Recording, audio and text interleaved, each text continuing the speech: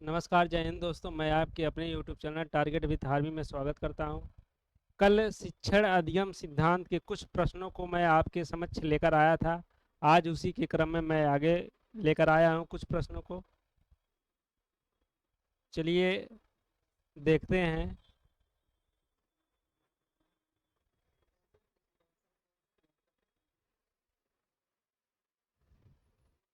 चलिए, आज का कल क्वेश्चन नंबर 20 तक हुआ था। आज उसी के क्रम में 21 नंबर है। क्वेश्चन नंबर 21 है, प्रत्येक व्यक्ति एक दूसरे से भिन्न होते हैं। क्या होते हैं? एक दूसरे से भिन्न होते हैं। यह किस सिद्धांत के अनुसार सत्य है, बताइए। लोकतांत्रिक व्यवहार के सिद्धांत से, चयन के सिद्धांत से, कि आवृत्ति का सिद्धांत है, कि व्यक्तिगत भिन्नता का सिद्धांत है? बताइए आप लोग, कौन सा सिद्धांत है? बताइए।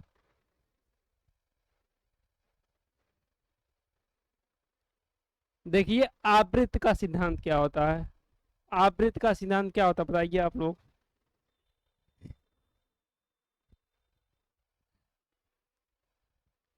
जैसे आवृत्ति का सिद्धांत होता है, हम किसी विषय वस्तु को, अगर हम किसी विषय वस्तु को, बच्चों को अगर कोई विषय वस्तु पढ़ाया गया हो तो बच्चे उसे बार बार दोहराते हैं। रटते नहीं हैं, रटना नहीं, इसमें बच्चे उसे बार बार दोहराते हैं जब तक वह अपने दिमाग में अस्थायी रूप से वह ग्रहण न कर ले।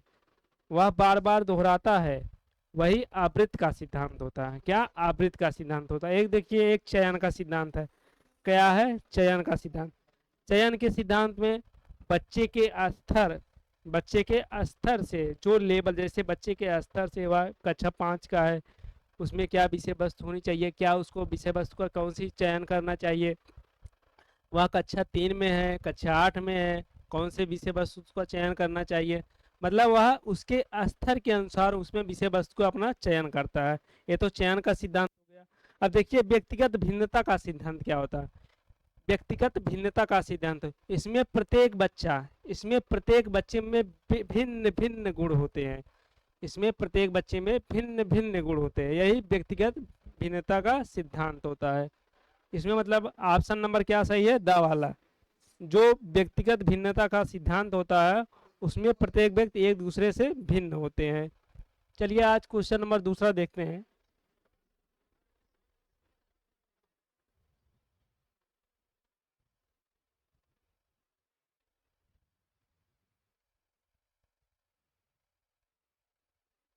देखिए, क्वेश्चन नंबर दूसरा है, उपचारात्मक शिक्षण का क्या लाभ है?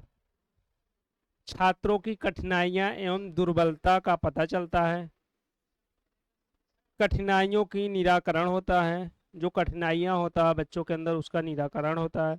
छात्रों का पथ प्रदर्शन होता है, या उपरोक्त सभी होता है? बताइए, उपरोक्त शिक्षण के क्या लाभ होते हैं? देखिए, जो उपचारात्मक जो शिक्षण होता है, इसमें पहले हमें बच्चों की कठिनाइयों के बारे में पता लगाना चाहिए। जैसे बच्चे की कौन सी कठिनाई है, उसका लेवल क्या है, उसको पहले हम पता लगाएंगे। उसी के हिसाब से उसको शिक्षा देंगे हम। उसी के हिसाब से उसको शिक्षा देंगे हम। तो इसमें पहले देखिए, बच्चों के कठिनाइयों एवं दुर्बलता का पता चल जाता है। ये भी सही है कि वह कौन सी कठिनाइयों से ग्रस्त है, उसके अंदर क्या दुर्बलता है। उसके बाद देखिए, कठिनाइयों का निराकरण, जब ये सब हमें पता चल जाएगा तो उसके कठिनाइयों का हम निराकरण करेंगे, या उसके कठिनाइयों का हम उपचार करेंगे। ये भी उपचारात्मक शिक्षण का लाभ है। बा वाला भी सही है। छात्रों का पथ प्रदर्शन भी होता है। जैसे छात्रों का जैसे उपचार जब हो जाएगा तो वह कौन सी पथ पे चलेंगे, कैसे चलेंगे, क्या लेंगे, उसका भी पथ प्रदर्शन हो जाता है। मतलब उपरोक्त सभी सही है। क्या है? उपरोक्त सभी सही है। चलिए, क्वेश्चन नंबर दूसरा देखते हैं।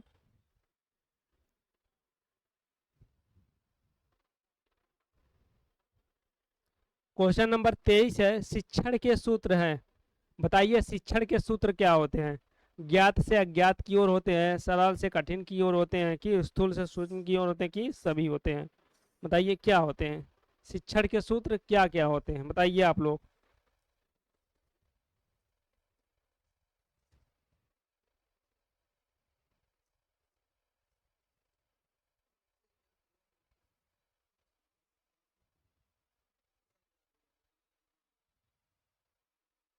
देखिए शिक्षण के सूत्र बहुत से होते हैं, शिक्षण के जो सूत्र होते हैं बहुत से होते हैं।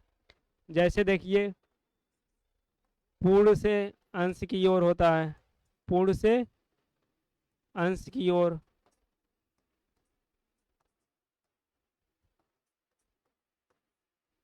स्थूल से सूक्ष्म की ओर दिया है, सरल से कठिन की ओर था, ज्ञात से अज्ञात की ओर होता है।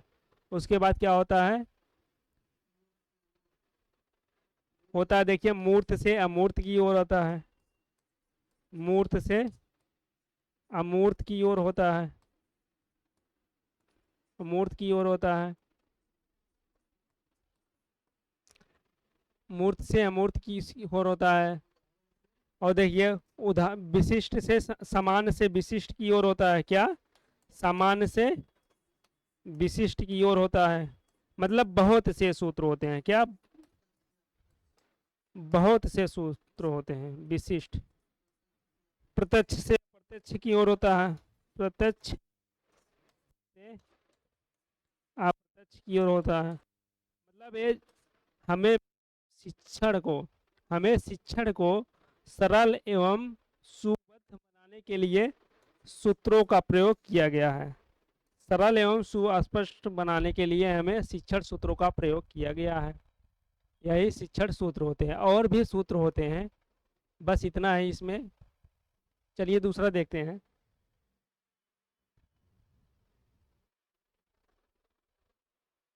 देखिए 24 नंबर है, 24 नंबर है, छात्र की शिक्षा, साथ छात्र की शिक्षा सर्वदा स्थूल वस्तुओं, स्थूल वस्तुओं,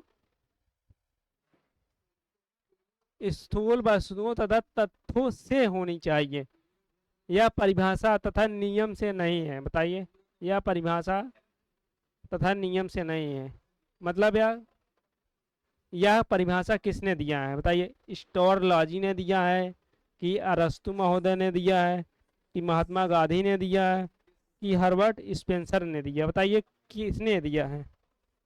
जो छात्र की शिक्षा होती है वह स्थूल वस्तुओं तथा तथ्य से होनी चाहिए, या परिभाषा एवं नियमों से नहीं होनी चाहिए। बताइए यह किसने दिया है। देखिए अगर आप छात्रों को परिभाषाओं एवं नियमों के माध्यम से सिखाएंगे तो वह उनको बोर लगेगा। कोई बच्चा सो रहा होगा, कोई कुछ भी कर रहा होगा, आप उसे करके सिखाएंगे, मतलब कोई कार्य दे देंगे, उसे करके वह सीखेगा, तो वह सबसे अच्छे ढंग से सीखेगा, वह सबसे अच्छे ढंग से सीखेगा। यह कथन किसका है, हर्बर्ट स्पेंसर का है। किसका है, हर्बर्ट स्पेंसर। देखिए इसमें एक स्थूल वस्तु आया है, स्थूल वस्तु तथा तथ्य। स्थूल मतलब क्या होता है, बताइए आप लोग, स्थूल मतलब क्या होता है। स्थूल मतलब ये होता है कि जो बच्चा बच्चा जिसे देखकर, बच्चा जिसे देखकर, छूकर, छूकर शिक्षा को ग्रहण करे, शिक्षा को ग्रहण करे, वही स्थूल होता है। मतलब हम जिसे छू सकते हैं, उसे देख सकते हैं, वही स्थूल शिक्षा होती है। चलिए दूसरा देखिए।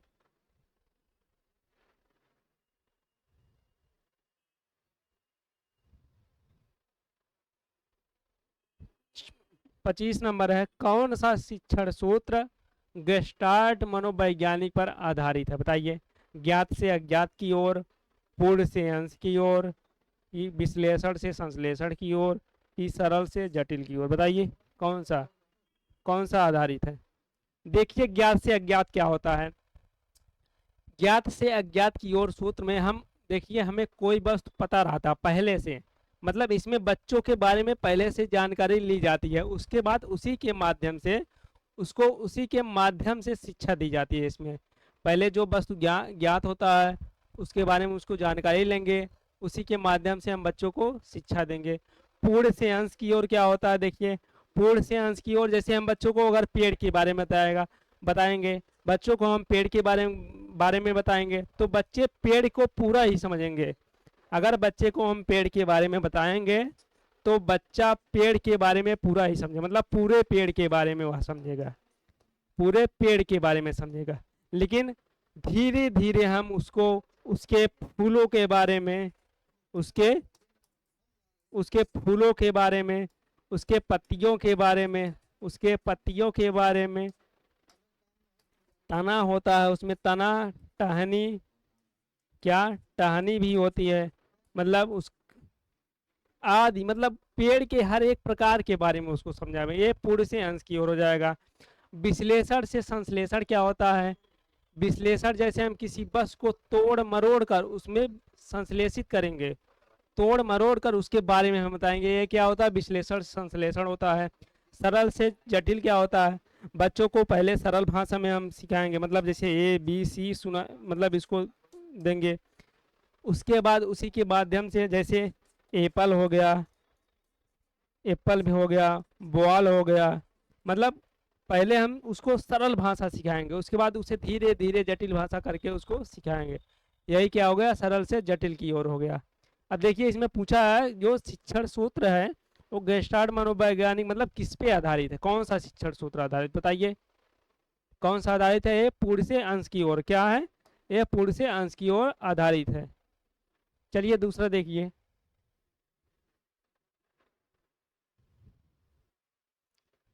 देखिए 26 नंबर है।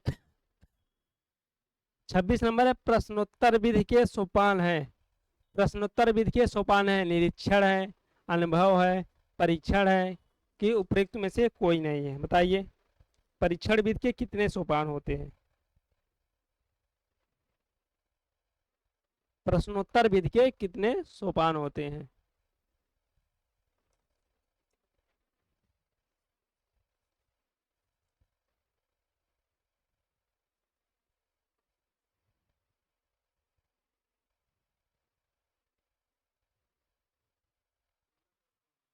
देखिए जो परीक्षण विधि होता है इसको सुकरात महोदय ने, सॉरी, जो प्रश्नोत्तर विधि होता है, क्या प्रश्नोत्तर विधि, जो प्रश्नोत्तर विधि होता है इसको हम सुकरात महोदय जी ने दिया था। क्या कौन दिए थे? सुकरात महोदय जी ने, सुकरात महोदय जी ने।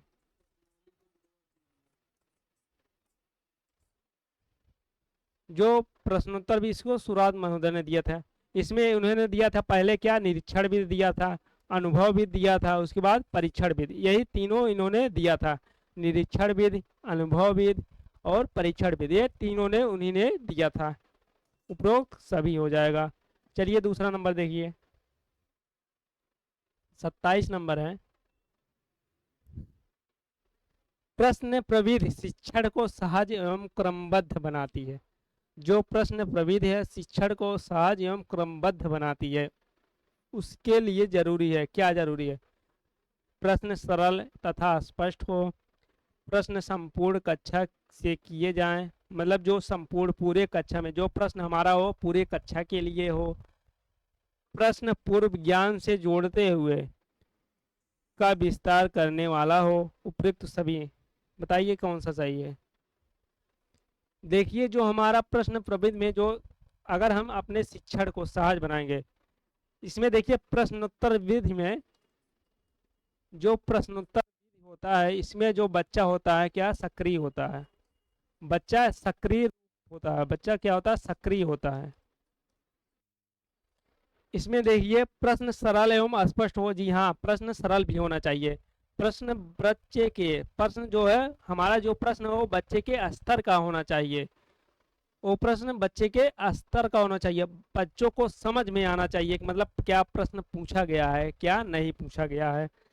देखिए प्रश्न जो संपूर्ण कक्षा के लिए, हाँ जो हमारा प्रश्न हो पूरे कक्षा के लिए, एक बच्चे के लिए नहीं पूरे बच्चे के लिए होना चाहिए, मतलब जितने क्लास में जितने बच्चे हैं उन सभी के लिए हमारा प्रश्न होना चाहिए। प्रश्न पूर्व ज्ञान से जोड़ते हुए, प्रश्न हमारा जो है बच्चों को पहले बच्चों के बारे में पूरा जानकारी ले लेना चाहिए कि बच्चों को क्या आता है क्या नहीं आता है, उसी के माध्यम से, उसी के माध्यम से या उसी के पूर्व ज्ञान से जोड़ते हुए हमारा जो पाठ है उसी का विस्तार होना चाहिए। ये भी सही है, बा भी सही है, दोनों तीनों सही है, मतलब उपयुक्त सभी सही है।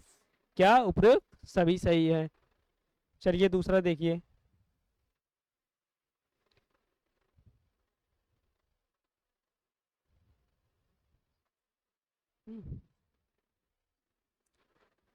28 नंबर है विवरण विधि। विवरण विधि से शिक्षण करते समय सावधानियां बरतनी चाहिए, बताइए हमें क्या सावधानियां बरतनी चाहिए। विवरण का विषय वस्तु से संबंध हो, विवरण सरल एवं स्पष्ट हो, विवरण छात्र के स्तर के अनुकूल हो, उपयुक्त सभी हो, बताइए क्या होनी चाहिए।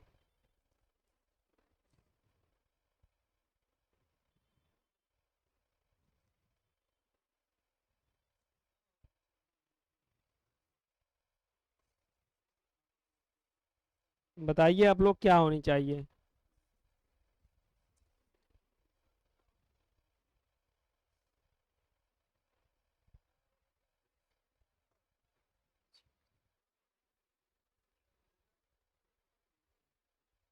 देखिए विवरण विधि ऐसी विधि होती है, विवरण विधि ऐसी विधि होती है जिसमें पाठ वस्तु घटना एवं क्रम बच्चों के अनुकूल होता है, बच्चों के अनुकूल होता है।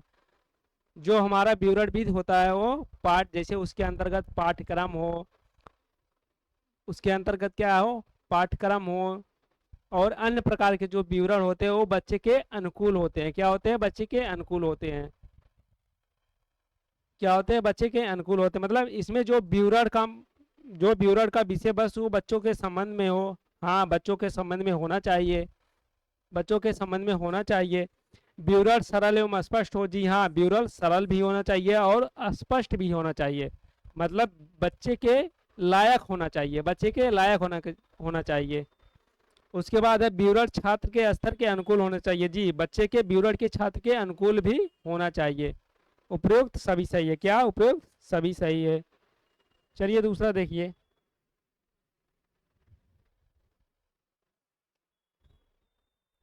देखिए व्याख्यान विधि से क्या लाभ होता है, बताइए जो व्याख्यान विधि है उससे क्या लाभ होता है।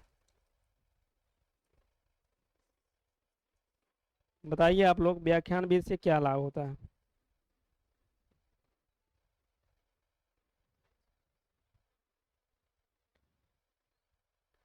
देखिए जो व्याख्यान विधि होता है इसके अंतर्गत हमें किसी वस्तु को, जो जो कोई हम वस्तु ले लेते हैं उसका गहन अध्ययन एवं विश्लेषण करना ही व्याख्यान विधि होता है।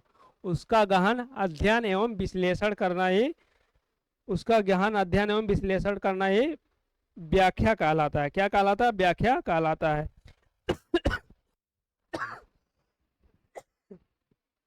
और जो यह व्याख्यानविद होता है या उच्च स्तर के लिए होता है, या हमारे प्राथमिक या जूनियर के लिए नहीं होता है, या उच्च स्तर के लिए होता है। इसमें अगर हम जूनियर या प्राइमरी के बच्चों को अगर इस विधि के बारे में बताएंगे तो उसके समझ में नहीं आएगा, उसके सर से ऊपर जाएगा। यह जो होता है यह क्या होता है, उच्च स्तर के लिए होता है। इसमें देखिए स्व अध्याय की भावना होता है, सही है। क्या होता है, स्व अध्याय की भावना होता है। इसमें बच्चे खुद के लिए अध्ययन कर सकते हैं। इसमें बच्चे क्या, खुद से अध्ययन कर सकते हैं।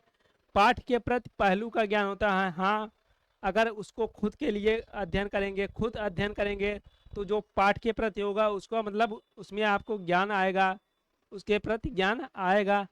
इसमें देखिए दिया है अधिकतम सूचना एवं तथ्यों का ज्ञान होगा, जी हाँ उसके बारे में अधिक से अधिक आप जानकारी लेंगे, उसके तथ्यों के बारे में जानकारी ले लेंगे। इसमें क्या होगा, संपूर्ण मतलब उपयुक्त सभी होगा, क्या होगा, उपयुक्त सभी हो जाएगा। चलिए दूसरा देखिए।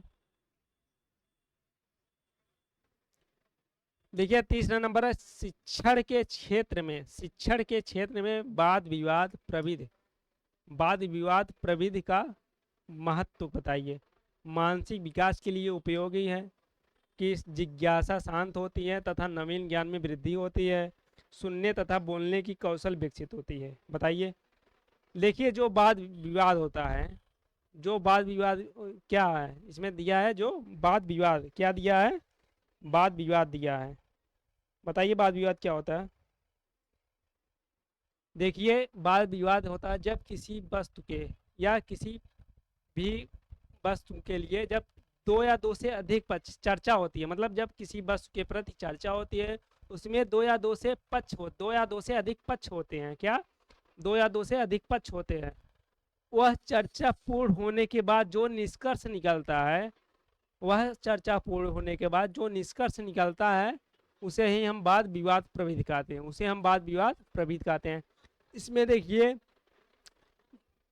मानसिक विकास के लिए उपयोगी है। जी हाँ, इसमें अगर दो बच्चे हैं, दो बच्चे आपस में वाद विवाद करेंगे या बोल चाल का वार्तालाप करेंगे तो उसमें दूसरे बच्चे का मानसिक, पहले बच्चे मानसिक का पता भी लग जाएगा, इसका मानसिक विकास का पता लग जाएगा। जिज्ञासा, देखिए बच्चों के अंदर जिज्ञासा भी उत्पन्न होगा, हम क्या कर सकते हैं क्या नहीं कर सकते, उसमें नवीन ज्ञान की वृद्धि भी होगी। क्या मतलब? जैसे नए नए ज्ञान आएंगे उसका वृद्धि भी हो जाएगा।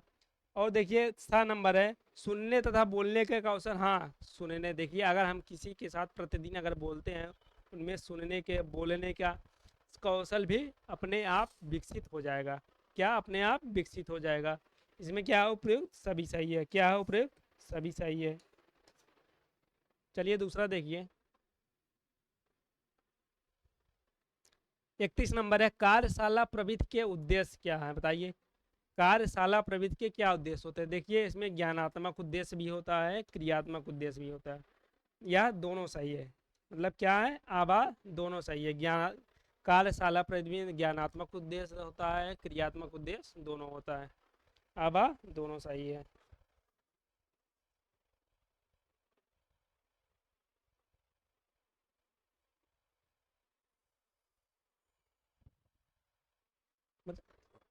क्वेश्चन नंबर अगला देखिए, क्वेश्चन नंबर अगला है शिक्षण की नवीन विधियां क्या है, बताइए। शिक्षण की जो नवीन विधियां क्या है? बाल केंद्रित शिक्षण होनी चाहिए। हाँ, गतिविधि आधारित शिक्षण होना चाहिए। जी, देखिए बाल केंद्रित का मतलब है कि बच्चों को केंद्र मानकर शिक्षा देनी चाहिए। उसकी गतिविधियां क्या है क्या नहीं है उसी के आधार से उसे शिक्षा देनी चाहिए। मतलब दोनों सही है। क्या? दोनों सही है। क्या? दोनों सही है।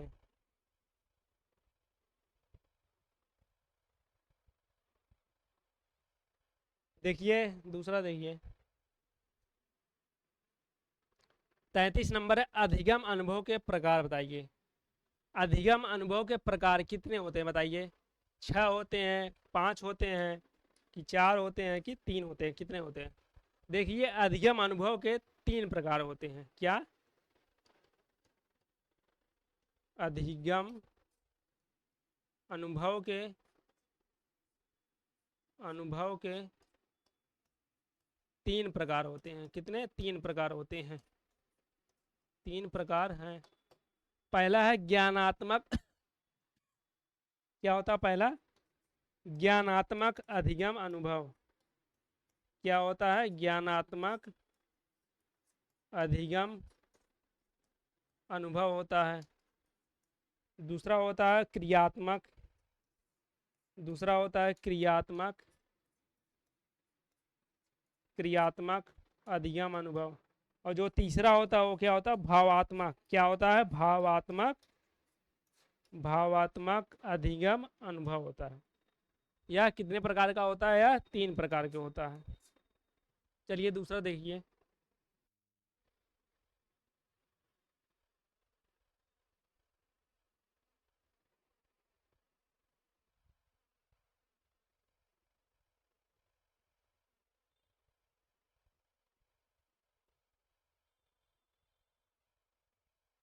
देखिए दूसरा है गतिविधियों के श्रेणी क्रम। गतिविधियां जो है उसके श्रेणीकरण है, शारीरिक है मानसिक है या दोनों है, या दोनों है, बताइए कि उपयुक्त सभी है। क्या है? जो गतिविधियां हैं उनका आधारित शिक्षण क्या होता है, बताइए।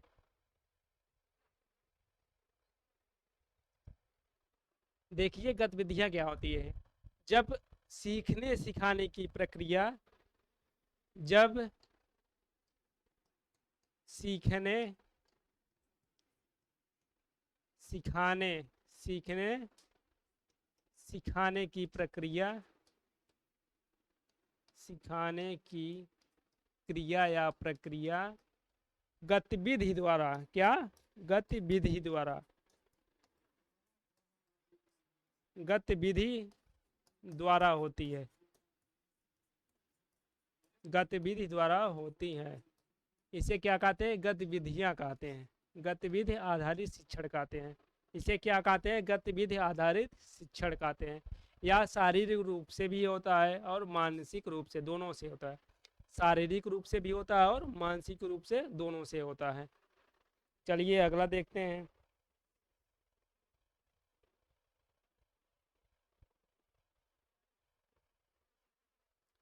अगला देखिए,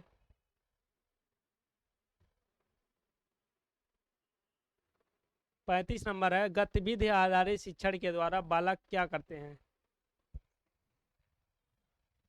स्वभावतः क्रियाशील रहते हैं, वे जिज्ञासु एवं कल्पनाशील होते हैं, वे नित्य क्रियाओं में रुचि लेते हैं। उपयुक्त सभी बताइए क्या करते हैं, बताइए।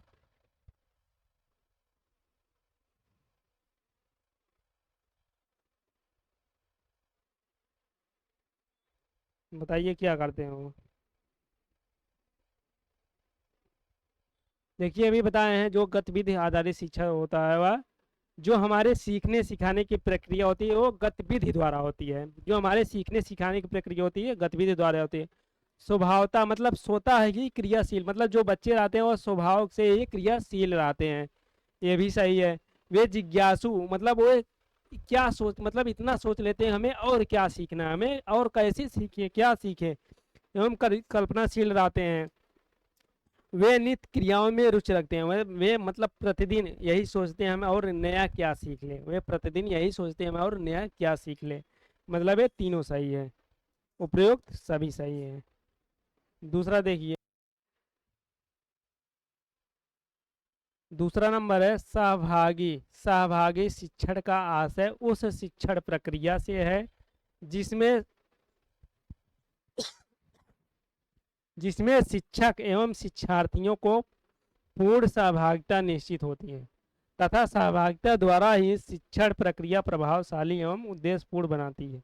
यह कथन किसका बताइए, प्रोफेसर श्री कृष्ण दुबे का, श्रीमती आर के शर्मा का, डॉक्टर प्रतिम सिंह का, या पाठ्यक्रम, मतलब पाठ्यक्रम इसमें कहाँ आ गया, बताइए कौन सा है। पारकर है, क्या है, पारकर है, पारकर है, क्या है, पारकर है। बताइए आप लोग इसमें से कौन सा सही होगा। देखिए जो एक कथन है, किसका है, प्रोफेसर श्री कृष्ण दुबे जी का है।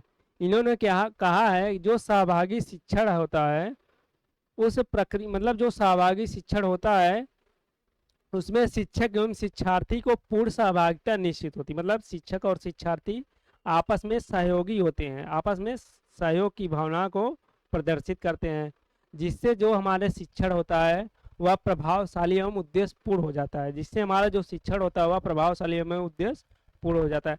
अगर हम वैसे ही, अगर हम आपस में एक दूसरे का सहयोग करेंगे तो जो हमारा जो कोई भी कार्य होगा वो आपस में हमारा मतलब प्रभावशाली एवं संपूर्ण तरीके से पूर्ण हो जाता है। चलिए दूसरा देखिए, देखिए 37 नंबर है, सहभागी शिक्षण के उद्देश्य क्या है, बताइए। छात्रों को शारीरिक तथा मानसिक रूप से क्रियाशील रखना, शिक्षण एवं छात्रों को क्रियाशील बनाना, अस्थायी ज्ञान प्रदान करना, उपयुक्त सभी बताइए इसमें से कौन सा सही है। देखिए जो सहभागी शिक्षण होता है, सहभागी शिक्षण मतलब जो छात्र और शिक्षक या कोई भी हो, कोई भी दो व्यक्ति हो, वह आपस में सहयोग की भावना से शिक्षण प्रदान करता है। आपस में जो शिक्षण प्रदान करता है वह सहयोग की भावना से, मतलब कुछ दूसरों उनके प्रति हो, कुछ हमारे प्रति, मतलब दोनों आपस में मिलजुल कर ही शिक्षण का आदान प्रदान करते हैं। छात्रों को शारीरिक तथा मानसिक रूप से क्रियाशील रखना, सही बात है। छात्र को मानसिक एवं शारीरिक रूप से क्रियाशील रखना भी होता है। शिक्षण और छात्रों की क्रियाशील बनाना, मतलब जो शिक्षक होते हैं और छात्र होते हैं उनको क्रियाशील बनाता है। मतलब आपस में दोनों सक्रिय रहते हैं, क्रियाशील रहते हैं। अस्थाई ज्ञान प्रदान कर, मतलब यह अस्थाई ज्ञान प्रदान करता है। यह क्या है? अस्थाई ज्ञान प्रदान करता है। उपयुक्त सभी क्या है? उपयुक्त सभी सही है, इनमें से सभी सही है। चलिए दूसरा देखिए, 38 नंबर है, बाल केंद्रित शिक्षण का उद्देश्य क्या है? बताइए, बाल केंद्रित शिक्षण का उद्देश्य। बाल केंद्रित का मतलब क्या होता है? बताइए आप लोग, बाल केंद्रित का मतलब क्या होता है? एक शिक्षक केंद्रित होता है, एक बाल केंद्रित होता है। देखिए, बाल केंद्रित का मतलब जो होता है उसे बालक को केंद्र मानकर शिक्षा दिया जाता है। मतलब जो इसमें होता है वो बालक को केंद्र मानकर शिक्षा दिया जाता है। और जो शिक्षक केंद्रित होता है उसमें शिक्षक को केंद्र मानकर दिया जाता है। मतलब जो शिक्षक होते हैं, शिक्षक को केंद्र मानकर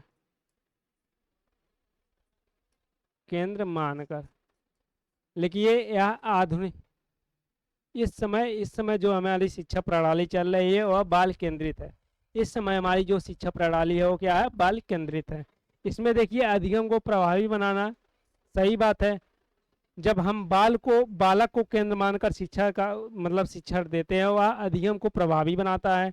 स्वयं करके सीखने पर जोर देना, मतलब बच्चों को हम स्वयं करके, इतना हम कोशिश करें कि बच्चों स्वयं उस कार्य को करें, इसमें ये भी सही है। शारीरिक दंड को हटाना, जी, शारीरिक, बच्चे को अगर शारीरिक दंड देंगे तो बच्चे को डर सा लगा रहेगा कि अगर हम कोई कार्य करेंगे हमें सर बोलेंगे या कोई और बोलेगा, इसको हम हटा देंगे, सही बात है ये। शारीरिक दंड को हम नहीं देंगे। उपरोक्त सभी मतलब सभी सही है। क्या? सभी सही है। चलिए दूसरा देखिए, 39 नंबर है, सेकंड लास्ट नंबर है।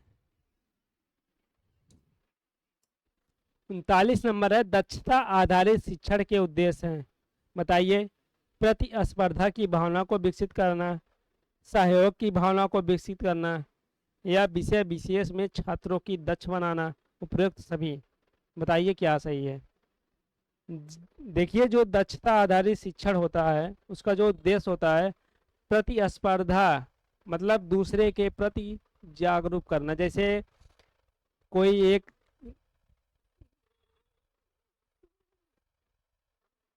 जैसे कोई दो व्यक्ति आपस में बनाते हैं कि हम तुमसे तेज हैं, तुम हमसे तेज हो।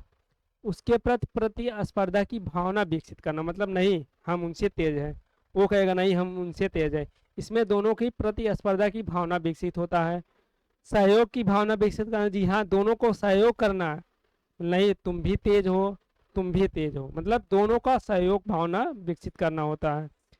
उसके बाद देखिए, विषय विशेष के छात्रों को 10 बना, मतलब जो विषय है जिसके प्रति हमें कार्य करना है उसी के उसमें हमें बच्चों को दक्ष बनाना है। मतलब दक्ष मतलब उसके प्रति हमें उसके अंदर ज्ञान डालना है। उसके अंदर हमें ज्ञान डालना, मतलब यह कैसे हो सकता है, कैसे नहीं हो सकता है, या विषय विशेष बच्चों को दक्ष बनाना के अंतर्गत आता है।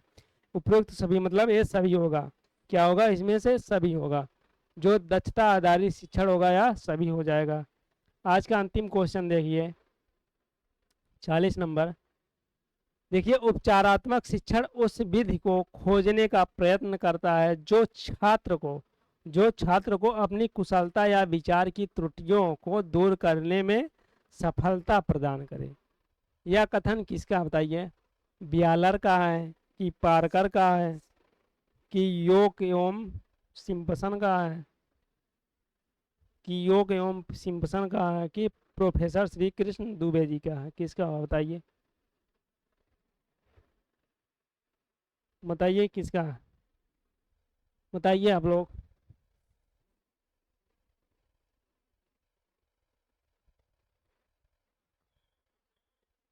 देखिए, यह किसका है? योकन एवं सिम्पसन का है।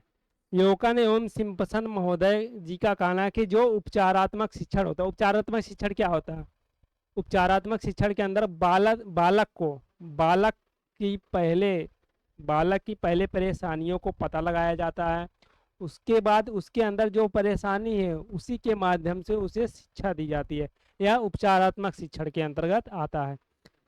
तो यह इन्होंने कहा है कि उपचारात्मक शिक्षण जो है उस विधि को खोजने का प्रयत्न करता है जो छात्र को अपनी कुशलता या विचार में त्रुटियां को दूर करने में सफलता प्रदान करे।